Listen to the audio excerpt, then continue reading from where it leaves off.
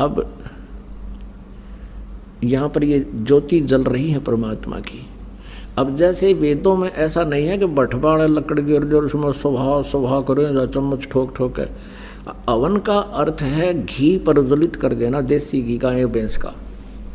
उससे जो प्रतिक्रिया एटमॉस्फेयर में होती है वो होगी ही होगी।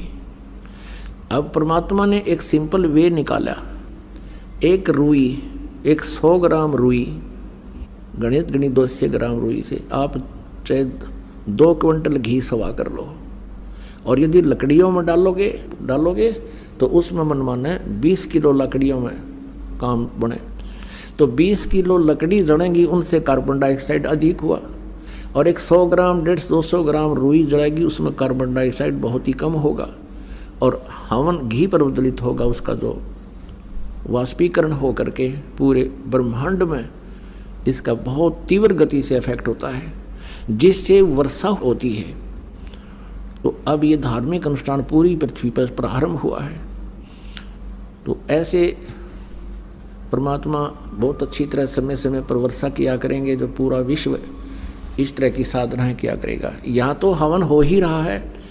अब लगभग 600 पाठ हैं, और 600 का मतलब 600 किलो देसी घी यहाँ हवन होगा, 6 क्विंटल का, इन 4 दिन में। और प्रति महीने 5 क्विंटल घी का लगभग हवन हो रहा है परमात्मा कबीर जी के आदेश अनुसार। एक यज्ञ है धर्म की, दूसरी यज्ञ है ध्यान, तीसरी यज्ञ है हवन की, चौथी यज्ञ प्रणाम। या प्रणाम करते हैं भगवान को, आत्मा में विनम्रता आती है, अहंकार दूर होता है। परमात्मा तभी निकट आता जब हमारे अंदर से ये करड़ापन कम हो जाएगा।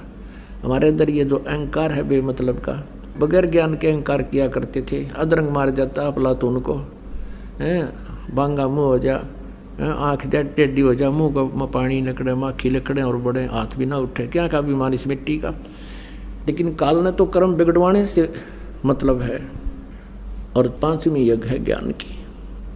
तो ये सभी धार्मिक अनुष्ठान शास्त्र अनुकूल जो प्रारंभ हुए हैं, इससे पूरे विश्व में सभी समृद्ध हो जाएंगे।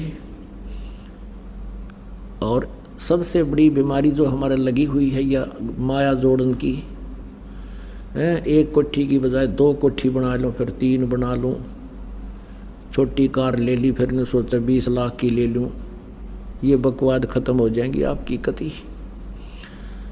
और लोग दिखावा ब्याह शादियों में बकवाद, डीजे बजावें, कितने लाखों रुपये दान करें, दहेज दें। तो ये इस प्रकार की बिल्कुल आपकी आत्मा हट जाएगी इन बकवादां से। अब जो हम सारा दिन सारा जीवन में पैसा जोड़ने के लिए व्यर्थ करते हैं समय, फिर आपका 20% जो प्रयत्न परिश्रम आप कर रहे हो ना, 20% प्रयत्न में आपका रोजी रोटी घना बढ़िया चला करेगा और बरकत होया करेगी। परमात्मा ना जाने कित कह दे देगा और किस तरह कर देगा, उस मालिक की महिमा से आप परिचित नहीं हैं। क्योंकि आध्यात्मिक ज्ञान बिल्कुल विनाश हो चुका है, भगवान की स्थिति से हम बिल्कुल अपरिचित हो गए हैं। क्योंकि जो भगवान की महिमा गुण हम सुना करते थे, कभी किसी युग में हुआ होगा, कोई कथा सुनी थी, वो अब वर्तमान में हम कहीं देख नहीं रहे थे। इसलिए हम उन कथाओं को एक आस्तिक होने के नाते झुठला भी नहीं सकते थे। लेकिन वर्तमान में हमारे साथ ऐसी घटना जो भगवान किया करता है, जो भगवान बचाव किया करता है, वो नहीं हो रही थी।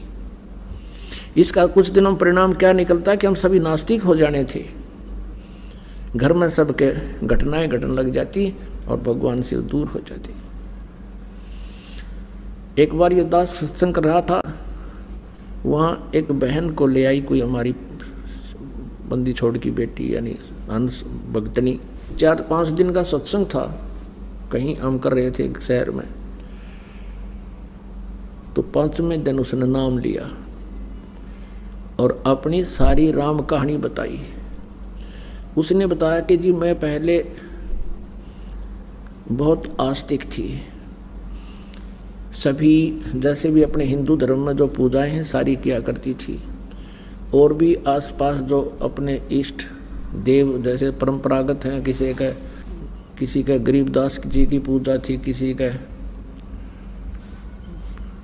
और श्याम जी की पूजा थी, कहती है सारी कराया करती थी। भगवान विष्णु, भगवान शिव और शेरा वाली माता और संतोषी माता के सबके पाठ कराया करती थी, व्रत भी करती थी। तीर्थ धाम जो भी बताए वहाँ भी मैं जाया करती थी। तो जब मेरे पुत्र का जन्म हुआ, जब पुत्र लगभग 1 या 2 वर्ष का होगा, मेरे पति की मृत्यु होगी। अब मैंने दोबारा शादी नहीं करवाई इस उद्देश्य से कि मेरे पुत्र की दुर्गति हो जाएगी और इसका जन्म नरक बन जाएगा। जैसे तैसे मजदूरी कर करा के बच्चे को बड़ा किया, पाला पोसा, और बच्चे की सुरक्षा के लिए, बच्चे के जीवन दान के लिए, उसकी दीर्घ आयु के लिए हर जगह मन्नत मान्या करती थी। एक दिन वो बच्चा +2 में पढ़ रहा था। उसने कहा, माता जी मुझे मोटरसाइकिल दे दो। मोटरसाइकिल लूँगा, सभी बच्चे जाते। अब मैं डरती थी कहीं मेरा बेटा दुर्घटनाग्रस्त ना हो जाए, चोट ना लग जा। मैं नहीं चाहती थी उसको मोटरसाइकिल दूँ, लेकिन वो दुखी घना हो गया। और मैं ये सोचती थी कि कहीं ये बेटा न्यू महसूस ना कर ले, आज मेरा पिताजी होता तो मुझे सब वस्तुएं मिलती और माँ मुझे ये उपलब्ध नहीं करवा रही। तो उसकी हट को देखकर मैंने इस दृष्टिकोण से सोचकर जैसे तैसे एक मोटरसाइकिल की व्यवस्था कर दी। वो अपने मित्र को साथ लेकर के प्रतिदिन अपने कॉलेज में जाता था, विद्यालय में जाता था। एक दिन बता रही थी कि मैंने खाना बनाया, बच्चे को खाना खिलाया। वो अपना मोटरसाइकिल लेकर प्रतिदिन की तरह निकल गया, अपने साथी को उसके घर से लिया, चला गया।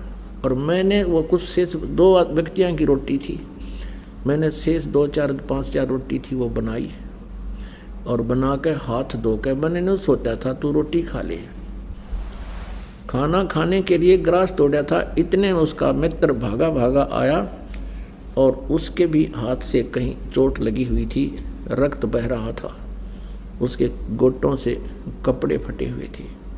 मैं एकदम सख्ते में आ गई और पूछा, बेटा क्या हो गया? उसने कहा, आंटी हमारा एक्सीडेंट हो गया, बाई का चोट घनी लगी। और मैं उसी समय वो ग्रास नो का नो हाथ से छूट गया, नंगे पैरा, सिर पर कपड़ा नहीं, भाग ली उस बच्चे के साथ साथ जिधर वो बता रहा था। वहाँ जाकर देखा कि वहाँ कुछ रक्त, एक्सीडेंट दुर्घटना के बाद जो गिरता है वो रक्त पड़ा हुआ था, मोटरसाइकिल टूटी पड़ी थी, बच्चे को मेडिकल ले जा चुके थे, हॉस्पिटल ले जा चुके थे। वहाँ पहुँचते ही पता लगा कि बच्चे की डेथ हो गई है। उस हॉस्पिटल के द्वार का टक्कर मारी और सिर फट गया, 7 टाँके आए मेरे सिर में। काफ़ी देर में होश आया।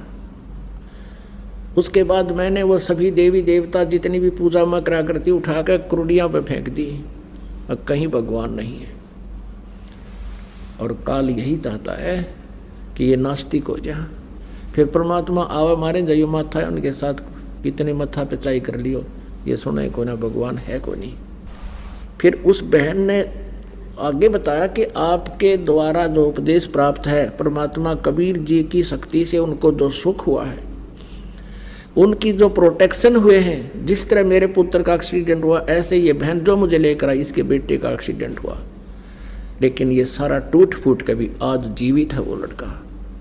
ये मेरे से 1 साल से लग रही थी मेरे पीछे कि तू एक बार शरण ले ले, अगर तूने पहले शरण ले रखी होती तेरा बेटा नहीं मरना था, मैं गारंटी देती हूँ। वो बहन बता रही थी कि आपके उपदेशी ने, दीक्षागृत बहन ने मुझे बहुत कहा, लेकिन मैं नास्तिक हो चुकी थी कि नहीं सर झूठ है, मैं नहीं मान सकती कि भगवान ऐसा सुख दे सकता है।